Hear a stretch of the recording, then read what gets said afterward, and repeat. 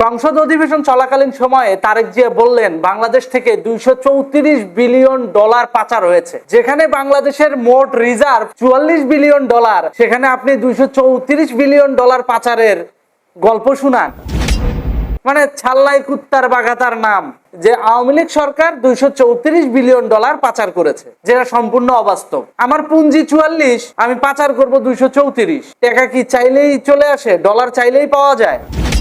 এতই যখন টাকা পাচার নিয়ে আপনাদের আগ্রহ, তাহলে বিগত জুলাই আন্দোলনে অর্থাৎ জুলাই জঙ্গি হামলায় পশ্চিমা যে ফান্ডিংটা হয়েছে, সেই পশ্চিমা ফান্ডিং কত টাকা বাংলাদেশে ঢুকছে, কোন কোন প্রতিষ্ঠানের মাধ্যমে ঢুকছে, এবং আপনার খুব ঘনিষ্ঠ একজন সেটার সাথে কানেক্টেড ছিল, কারা কারা তারা, আপনার দলের কারা কারা কানেকশন ছিল, এই বিষয়গুলো একটু যাচাই বাছাই করেন, ঘাটাঘাটি করেন, তখন দেখতে পাবেন ডলার পাচার হয় নাই, ডলার উল্টা বাংলাদেশে ঢুকছে, রাজনৈতিক খাতে ঢুকছে, শেখ হাসিনার সরকার পরিবর্তনের জন্য ঢুকানো হয়েছে। সংসদে নাটক করেন আওয়ামী লীগ সরকারের আমলে 234 বিলিয়ন ডলার পাচার হয়েছে। 34 বিলিয়ন ডলার তো থাকা লাগবে, তারপরে না পাচার হবে। যেখানে বাংলাদেশ ব্যাংকের রিজার্ভ অনুযায়ী শেখ হাসিনার শাসন আমলে হাইস্ট রিজার্ভ দাঁড়িয়েছিল 46 বিলিয়ন ডলার।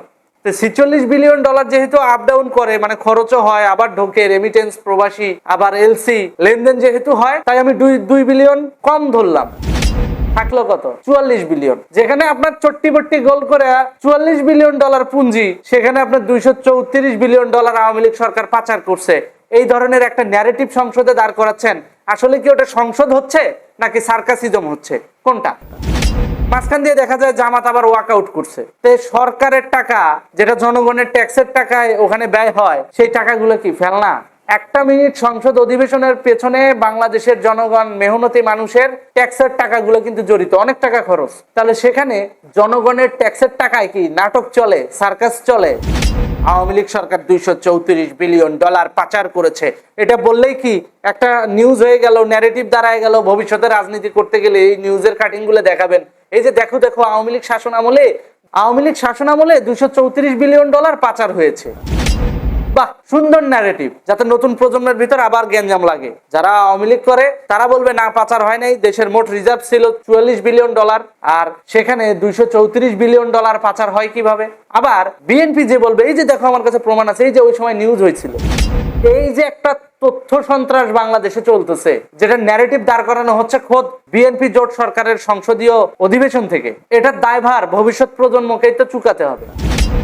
আমাদের সচেতন থাকতে হবে। টাকা পাচার হয়েছে শুধু ন্যারেটিভ দাঁড় করালে হবে না, প্রমাণও থাকতে হবে। শেখ হাসিনা সরকার যদি বাংলাদেশে সত্যি দুর্নীতির চিন্তা করতো, তাহলে বাংলাদেশ বিগত 17 বছরে এত উন্নয়ন হতো না। এখন শেখ হাসিনা সরকার নাই, আপনারা দেশ ভালো চালান। আপনাদের শাসনামলে এখন তেলের জন্য লাইন ধরা লাগে কে? সারের জন্য লাইন ধরা লাগে কে? আগে তো লাগে নাই। আপনাদের শাসনামলে হামের টিকা পাওয়া যায় না কেন? আগে তো হয় নাই এরকম। পাচার হয়েছে বলছেন, পাচারটা করলো কারা? এই ইউনুস গং, আপনাদের সতীর্থ। তাদের ব্যাপারে আপনারা কোনো শ্বেতপত্র প্রকাশ করছেন না। আপনারা বলছেন আওয়ামী লীগ সরকারের আমলে 234 বিলিয়ন ডলার পাচার হয়ে গেছে। নাটক পাইছেন? মানে বাংলাদেশে গরিবের বউ সবার ভাবি বানাইতে যা যা করা লাগে সেগুলোই তো করছেন। আওয়ামী লীগ সরকার শাসনের থাকাকালীন সময়ে টাকা ঢালছেন আন্দোলন করার জন্য। টোকাই মুকাই রে স্টুডেন্ট কার্ড নীলক্ষেত থেকে বানায় আইনা গলায় ঝুলাই দেয়া ছাত্র বানায় দিচ্ছেন, কর আন্দোলন। মাদক নিয়ে করছে রাষ্ট্রীয় সম্পদে ভাঙচুর, তার উপর ভর করে আসলো ইউনুস, আর ইউনুসের উপর ভর করে আসলেন আপনি। এখন আপনি আমাদেরকে বলছেন আওয়ামী লীগ শাসন আমলে 234 বিলিয়ন ডলার পাচার হয়েছে। এটা হয়? এটা পাগলের প্রলাপ ছাড়া কিছুই না। যেখানে আমার মোট পুঁজি, পুরো দেশের রিজার্ভ 44 বিলিয়ন ডলার, আমার কাছে আছে 44 বিলিয়ন, তাহলে আমি 234 বিলিয়ন কিভাবে পাচার করব? থাকতে তো হবে। এই সমস্ত পরিসংখ্যান আপনাদের করে দেয় কে? এর আগে বললেন 26 লক্ষ ভারতীয় বাংলাদেশে কাজ করে। অবশ্য সেটা তারেক জিয়া বলে নাই, আমাদের সাবেক আইনমন্ত্রী আসিফ তিনি বলেছেন 26 লক্ষ ভারতীয় কাজ করে এখানে। তাহলে এখনো পর্যন্ত কি আমরা 26 লক্ষ ভারতীয়কে পেয়েছি? পাইনি। তাহলে এই সমস্ত ন্যারেটিভ ভবিষ্যতে শুধুমাত্র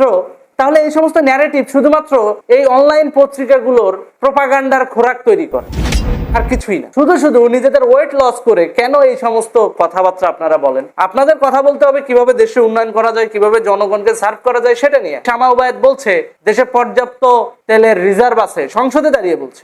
প্রথম কথা, জ্বালানির কোনো সংকট বর্তমানে বাংলাদেশে নেই। তাহলে বাস্তবে সাধারণ মানুষ পাম্পে যায় তেল পায় না কেন? পেট্রোল অকটেন আসে নাই এবং আসার সম্ভাবনাও নাই। নিট কোনো মানে নিউজ নাই যে নির্দিষ্ট একটা সময়ের ভিতরে আসবে।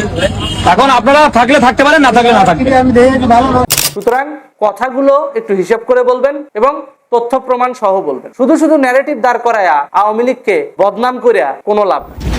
ধন্যবাদ।